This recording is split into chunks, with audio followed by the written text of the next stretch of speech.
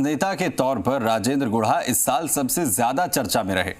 जब गहलोत सरकार पर सियासी संकट मंडरा रहा था, तब बसपा से आए 6 विधायकों में से एक राजेंद्र गुढ़ा भी थे, जिसका तोहफा उन्हें कैबिनेट मंत्री बनाकर सरकार ने दिया भी।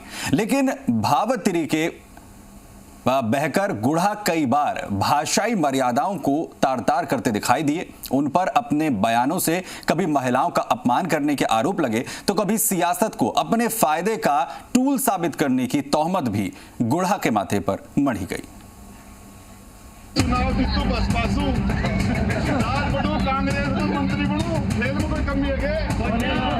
हाल ही में राजस्थान में ग्रामीण विकास राज्य मंत्री बनाए गए राजेंद्र गुढ़ा खुद को सरकार के संकट मोचक के तौर पर प्रोजेक्ट करते आ रहे हैं और बुरे वक्त में उन्होंने गहलोत सरकार का साथ देकर उनके प्रति अपनी वफादारी साबित करने में कोई कोर कसर नहीं छोड़ी थी, जिसका सिला भी गहलोत ने उन्हें राज्य मंत्री बनाकर दिया। हालांकि गुढ़ा पर उनकी पूर्ववर्ती पार्टी बसपा को छोड़ने के लिए उनकी पुरानी पार्टी के साथी खुद उनके खिलाफ हमलावर होते दिखाई दिए, लेकिन गुढ़ा ने कभी इसकी परवाह तक नहीं की। इसके लिए उन्हें अवसरवादी तक करार दिया गया। हालांकि अपने बड़बोलेपन के लिए सुर्खियों में रहने वाले गुढ़ा ने कभी इसकी फिक्र नहीं की। उनके बयानों के लिए खुद राजस्थान के सीएम तक उन्हें संयमित रहने को कई बार कह चुके हैं, लेकिन गुढ़ा कहाँ मानने वाले। गुढ़ा का ऐसा ही एक बयान सोशल मीडिया की सुर्खियों में रहा। मंत्री एक वीडियो में ये बताते हुए सुनाई दे रहे हैं कि वो कैसे बसपा के टिकट पर जीतते हैं और कांग्रेस सरकार में मंत्री बन जाते हैं।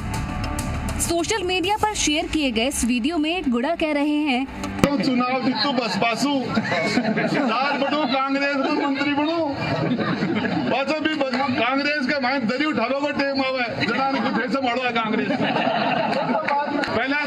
पहला ले टिकट बसपा से दियो जीतो, ओ जो टिकट लिए बहन जी के लाए बोले अरे पास ओ जो चुनाव जीते ओ जो कांग्रेस में ओ जो मंत्री में खेल में कोई कमी है क्या? वो ये कहते हुए नजर आ रहे हैं कि पहले बसपा का टिकट लिया, जीता, फिर चुनाव जीता, फिर कांग्रेस में और फिर मंत्री बन गया। मेरे खेल में कोई कमी है क्या? राजेंद्र गुढ़ा पर लगे अवसरवादियों के आरोपों पर भले ही वो खुद ही चुटकी ले रहे हो, भले ही उन्होंने ये बयान किसी भी कॉन्टेक्स्ट में दिया हो, लेकिन इसके मायने कई निकाले जा रहे हैं। लेकिन लगता है गुढ़ा अपने बयानों से बखेड़ा खड़ा करने की आदत से बाज नहीं आने वाले। उन्होंने एक और बयान से अपने लिए खुद मुसीबत मोल ले ली थी। ये बयान था एक बॉलीवुड अभिनेत्री की गालों को लेकर दिए गए बयान को लेकर।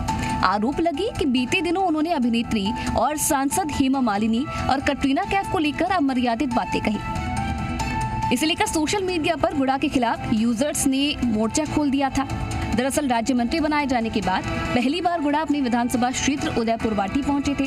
यहाँ लोगों ने खराब सड़कों को लेकर उनसे शिकायत की और इस पर सार्वजनिक निर्माण विभाग के मुख्य अभियंता एनके जोशी से गुढ़ा ने मंच से ही कहा कि मेरे गांव की सड़कें कटरीना कैफ के गालों जैसी बननी चाहिए। इस पर मुख्यमंत्री अशोक गहलोत ने कहा कि इस तरह की टिप्पणियां उचित नहीं है, चाहे वो कोई भी हो, उनकी गरिमा बनाए रखनी चाहिए।